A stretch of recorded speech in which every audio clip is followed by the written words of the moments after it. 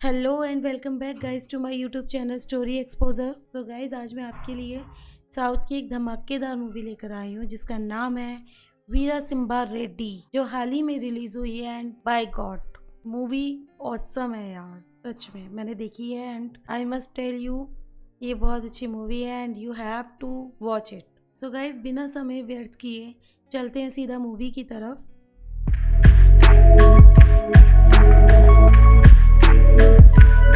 तो गाइस, सबसे पहले हमें प्रताप रेड्डी नजर आता है जो विराटा रेड्डी के अड्डे पर आता है, और उसके दुश्मन वीरा सिम्बा रेड्डी, जिसने आज से कम 30 साल पहले उसके पिताजी का सर उसी के हाथों से कटवाया था। तो वह उसे इनविटेशन देने आता है अपनी फेक मैरिज का, और इस बात पर वो जो विराटा रेड्डी होता है वो उससे काफ़ी ज़्यादा उस पर मजाक बनाता है, उस पर बहुत ज़्यादा हंसने लग जाता है। क्या तू पागल है, तो वीरा रेड्डी को मारेगा? और इस बात पे जो प्रताप रेड्डी है ना, उसे काफ़ी ज़्यादा गुस्सा हो जाता है, क्योंकि जो विराटा रेड्डी है वो प्रताप रेड्डी का मजाक बना रहा है। यार, किसी गुंडे का मजाक बनाओगे उसी के सामने, वो तुम्हें छोड़ेगा? और प्रताप रेड्डी को गाइस बहुत ज़्यादा गुस्सा आता है और वह उन लोगों को खूब ज़्यादा मारने पीटने लगता है। उसके जो अड्डा होता है ना, उसे आग में जला देता है। तो ना गुस्सा आ जाता है, सोचो। और गाइस, फिर हम सीधा टर्की का सीन देखते हैं, और वहाँ पे एक बिजनेसमैन रिचर्ड नेम का एक बिजनेसमैन है जो एक रेस्टोरेंट में आया हुआ है, और उस रेस्टोरेंट की जो ऑनर है, उस लेडी है, उसका नाम मीनाक्षी है। और वो जो रिचर्ड है बिजनेसमैन, उसे उस रेस्टोरेंट का खाना, उस रेस्टोरेंट का भी, मतलब उसे वो restaurant, moral of the story, वो रेस्टोरेंट बहुत पसंद आ गया था, और वह चाहता है कि वो इस रेस्टोरेंट को परचेज कर ले। बट मीनाक्षी, यार कोई भी अपना रेस्टोरेंट क्यों देगा? मान लो हमारे पास ही रेस्टोरेंट है, कोई भी आके बोल दे कि मुझे आपका रेस्टोरेंट चाहिए, ऐसे थोड़ी ना होता है। ऑब्वियसली मीनाक्षी ने भी मना कर दिया कि बिकॉज भाई, मेरे को तुझे रेस्टोरेंट नहीं देना है। अब रिचर्ड जो होता है उसे बहुत ज़्यादा गुस्सा आता है, वो अपने गुंडों को भेजता है उसके रेस्टोरेंट में, और उसके गुंडे जो होते हैं काफ़ी ज़्यादा तोड़फोड़ करने लग जाते हैं। और ऐसे ही करते करते बहुत समय बीत जाता है, फिर भी मीनाक्षी जो है एग्री नहीं होती। वो रिचर्ड जो है उसे काफ़ी ज़्यादा परेशान करता है। फिर दोबारा से क्या होता है कि रिचर्ड जो होता है वो दोबारा अपने गुंडों को भेजता है, और इस बार मीनाक्षी का बेटा, फाइनली हमारे हीरो जी की एंट्री होती है, जिसका नेम इस मूवी में जय है। फाइनली जय आता है, और इस बार वो जमकर सभी गुंडों की धुलाई करता है। यार, अपना हीरो है, ऑब्वियसली मारेगा ही। और उसके बाद वह अपनी मदर यानी मीनाक्षी को लेकर रिचर्ड के ऑफिस जाता है, और उसे प्यार भरी धमकी देता है कि देख भाई, हमने अपना रेस्टोरेंट तुझे नहीं सेल करना है। और रिचर्ड जान चुका है कि भैया, जय के आगे, साउथ के हीरो के आगे कोई चल सकता है। फाइनली रिचर्ड क्या होता है, उससे माफ़ी मांग लेता है कि भाई मुझे माफ़ कर दे, नहीं चाहिए मुझे तेरा रेस्टोरेंट। और गाइस, फाइनली हीरो की एंट्री हो चुकी है, तब अपनी हीरोइन भी तो आएंगी।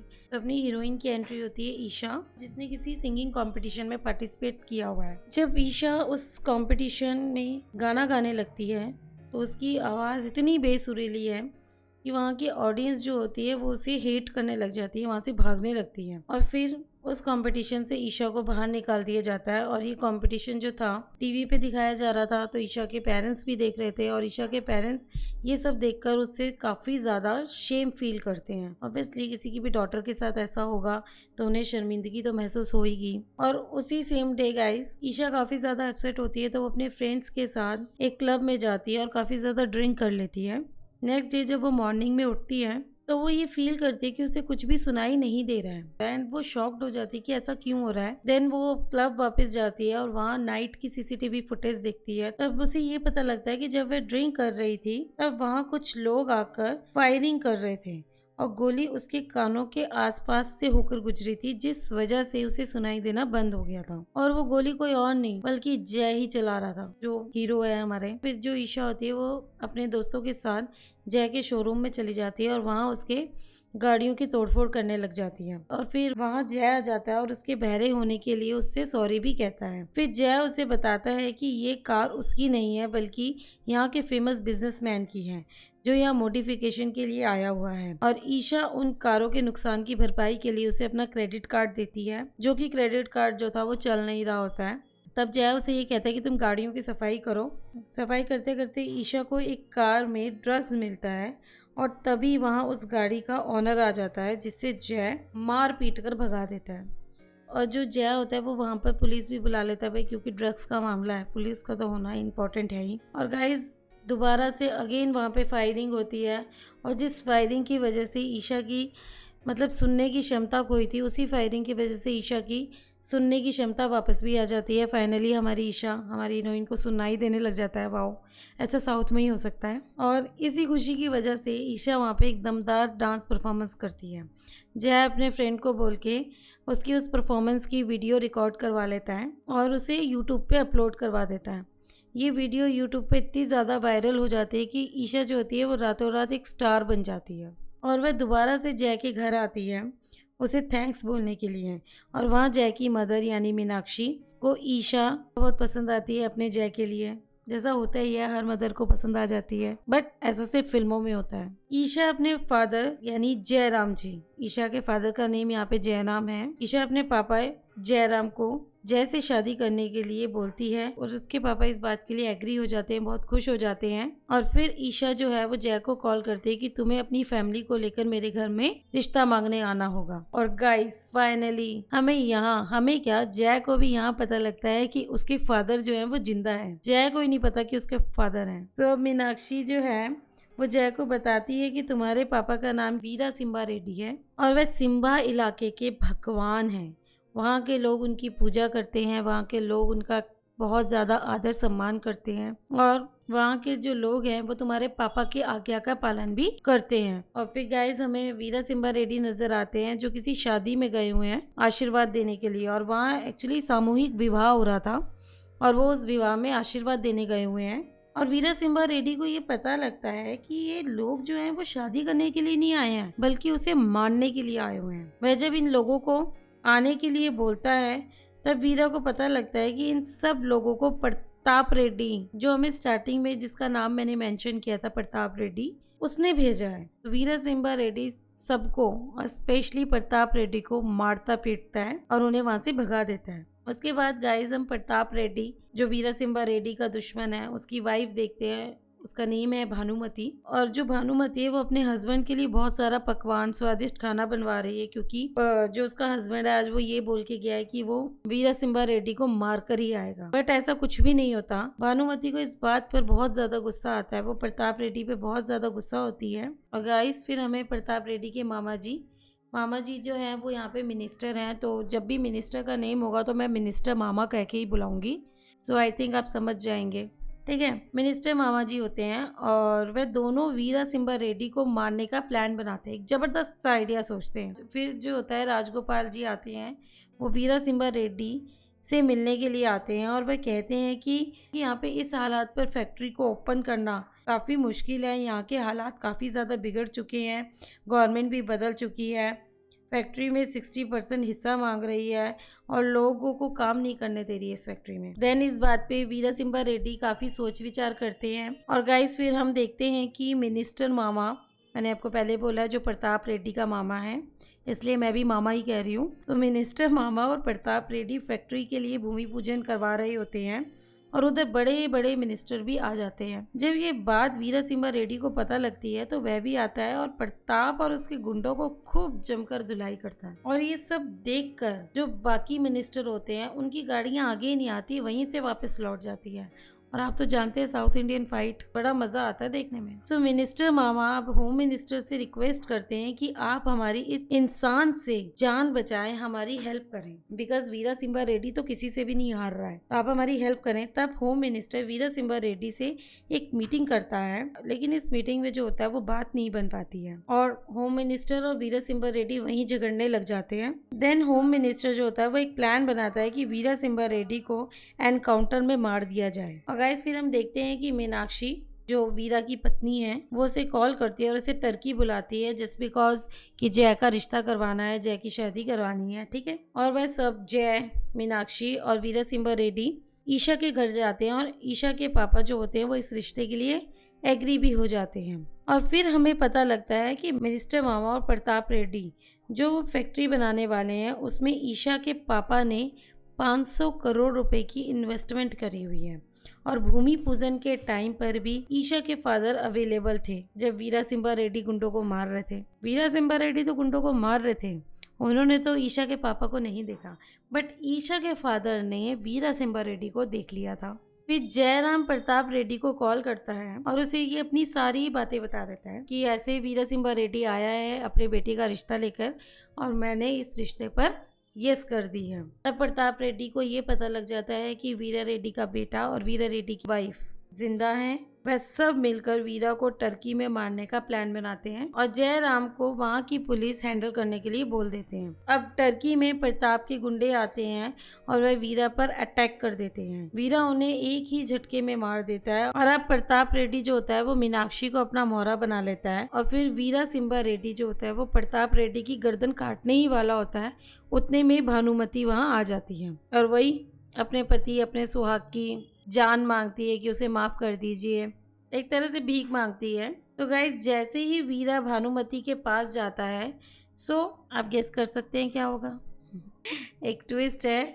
भानुमति जो होती है वो वीरासिंबा रेड्डी को चाकू मार देती है और वीरासिंबा रेड्डी वहीं पर मर जाते हैं। एंड गाइस वीरासिंबा रेड्डी जो है वो अपने बेटे जय को कहते हैं कि बुआ का ध्यान रखना, ये कहते हैं और ये कहते हैं कि मेरा जो अंतिम संस्कार होगा वो मेरे गांव सिम्बा में ही होगा। और फिर हम सिम्बा पहुंच जाती हैं फाइनली। अब जय जो है वो अपने पापा अपने फादर वीरासिंबा रेड्डी का अंतिम संस्कार कर रहा होता है और इस दुश्मनी के बारे में अपने पापा के एक खास बंदे से पूछता है कि पापा ने मरते समय भानुमति को बुआ क्यों कहा और ये दुश्मनी क्यों है, अगर वो मेरी बुआ है तो एक बहन ने भाई को क्यों मारा। वह आदमी जय को फ्लैशबैक में ले जाता है। फाइनली अब हमारी स्टोरी जो है वो फ्लैशबैक में चली जा रही है। वह आदमी जय को बताता है कि तुम्हारी बुआ तुम्हारे दादा की एक नाजायज औलाद थी, बट यानी दोनों सगे भाई बहन नहीं थे, बट तुम्हारे दादा दादी की डेथ के बाद तुम्हारे पापा ने माँ पापा बन के ही तुम्हारी बुआ को पाला था और दोनों भाई बहन में बहुत अटूट प्रेम था, अटूट बंधन था।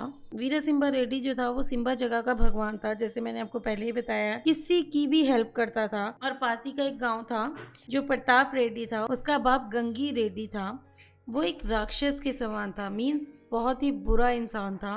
वह गांव वालों को बहुत ज़्यादा परेशान करता था, मतलब उसके गांव में जो भी था ना वो बहुत ज़्यादा परेशान था, बहुत ज़्यादा दुखी था। तो क्या होता है कि उसने गांव की एक औरत का रेप करके उसके पति को मार दिया था, उस गंगी रेड्डी ने। और उसके बच्चे जब उस लेडी की लाश देखते हैं, अपने पेरेंट्स की लाश देखते हैं, तो रोते बिलखते हुए वीरासिंबा रेड्डी के पास आते हैं और उससे इंसाफ की भीख मांगते हैं। तो वीरासिंबा रेड्डी जो होता है वो गंगी रेड्डी पर अटैक कर देता है और वीरासिंबा रेड्डी गंगी रेड्डी का सर उसी के बेटे यानी प्रताप रेड्डी के हाथों ही कटवाता है। और फिर जो होता है गांव में गंगी रेड्डी की मौत का जश्न मनाया जाता है। और उसी समय जो होता है भानुमति विदेश से स्टडी करके आई होती है और भानुमति और मेरा बेटा यानी जो जय को स्टोरी बता रहा है उसका बेटा शेखर एक दूसरे को पसंद करते हैं, एक दूसरे से प्यार करते हैं, एक दूसरे से शादी भी करना चाहते हैं। और जब ये बात वीरा और रेड्डी को पता लगती है तो वह इस रिश्ते के लिए एग्री हो जाते हैं। और उस समय गांव में एक शिकार का एक कंपटीशन होता है जहां मेरे बेटे और प्रताप रेड्डी के बीच एक मुकाबला होता है और उस प्रतियोगिता में मेरा बेटा जो होता है वो हार जाता है और इसी गम में उस रात वह बहुत ज़्यादा ड्रिंक कर लेता है और वह गलती से एक बंदूक चला देता है जिसमें उस गांव के नामी आदमी की मौत हो जाती है। और उस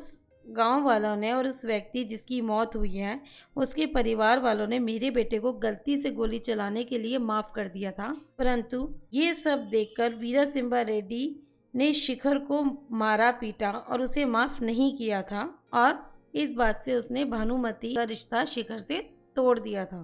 और ये सब देखकर शेखर ने आत्महत्या यानी सुसाइड कर ली थी। और इन सब चीज़ों का जिम्मेदार जो था वो भानुमति वीरासिंबा रेड्डी यानी अपने भाई को मानती थी और वह अपने भाई से नफरत करने लग गई थी और उसने प्रतिज्ञा ले ली थी कि वह वीरासिंबा रेड्डी को मार देगी, जब तक उसका सर धड़ से अलग नहीं करेगी वह चैन की सांस नहीं लेगी। जिस वजह से उसने अपने भाई के सबसे बड़े दुश्मन प्रताप रेड्डी से शादी कर ली थी। और इस बात से वीरासिंबा रेड्डी बहुत ज़्यादा दुखी हो जाता है कि उसकी बहन का प्यार भी नहीं रहा और उसकी बहन ने उसके दुश्मन से शादी भी कर ली और उसकी बहन ने उससे सारे रिश्ते भी तोड़ दिए। और इस बात की सज़ा जो है वीरासिंबा रेड्डी अपने आप को देता है और वह अपने प्यार यानी अपनी मीनाक्षी को अपने से दूर कर देता है। और जो मीनाक्षी थी उस टाइम पे प्रेग्नेंट थी और वो वीरासिंबा रेड्डी को नहीं बताती है कि वह प्रेग्नेंट है, बट वो उसकी बात को मानती है और टर्की चली जाती है।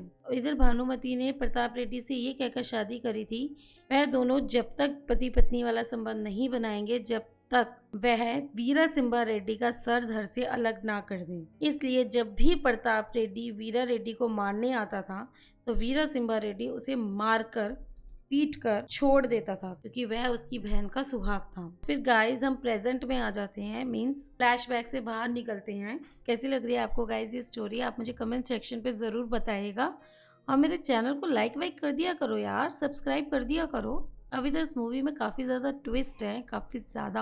अब गाइस प्रताप रेड्डी जो होता है वो वीरा सिंबा रेड्डी की मौत का जश्न बना रहा होता है। मतलब गांव में ऑब्वियसली यार उसके फादर जब एक्सपायर हुआ था, जब उसे मारा गया था, तो गांव वाले जश्न बना रहे थे, वीरा सिंबा रेड्डी बना रहा था, तो प्रताप रेड्डी तो बनाएगा ही ना। और उसी बीच राजगोपाल और वीरा सिंबा रेड्डी ने जो फैक्ट्री गरीबों के लिए बनाई थी, वीरा के मरने के बाद राजगोपाल उस फैक्ट्री को अब प्रताप रेड्डी को देने के लिए सोच रहा था, क्योंकि राजगोपाल जानता था कि वह प्रताप रेड्डी से नहीं लड़ सकता है। ठीक है, अब वो प्रताप रेड्डी को उस फैक्ट्री को सौंप रहा था और जैसे ही वो साइन करने लगता है वहां पर जय आ जाता है और सारे डॉक्यूमेंट्स को फाड़ देता है। और जय जो होता है वो प्रताप रेड्डी को नामर्द कहकर बोलता है और कहता है कि जिस दिन मेरी बुआ ने ये कह दिया कि तुझसे मेरा कोई रिश्ता नहीं, उस दिन तेरी मौत निश्चित है और तू मेरे हाथों से ही मरेगा। और फिर प्रताप रेड्डी को इस बात पर काफी ज्यादा गुस्सा आ जाता है। वो अपने घर आता है और बहुत ज़्यादा दारू पीने लगता है और दारू पीकर बहुत ज़्यादा बोलने लग जाता है।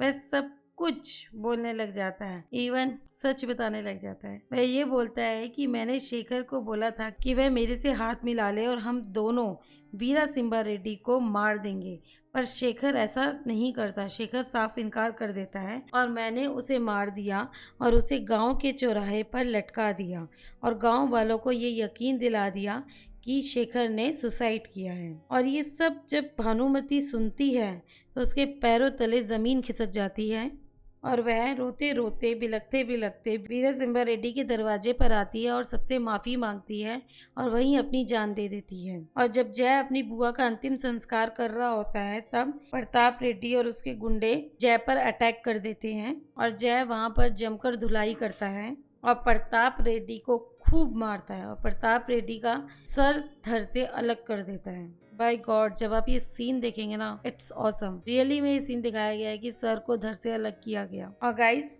इस मूवी का एंड यही होता है। सो गाइस कैसी लगी आपको ये स्टोरी, मुझे कमेंट सेक्शन पे बताना ज़रूर। और गाइस प्लीज़ प्लीज़ प्लीज़ मेरे चैनल को लाइक शेयर एंड सब्सक्राइब कीजिए ताकि मैं आपके लिए और ज़्यादा धमाकेदार मूवीज़ लेकर आऊँ। Thank you so much, bye, see you soon.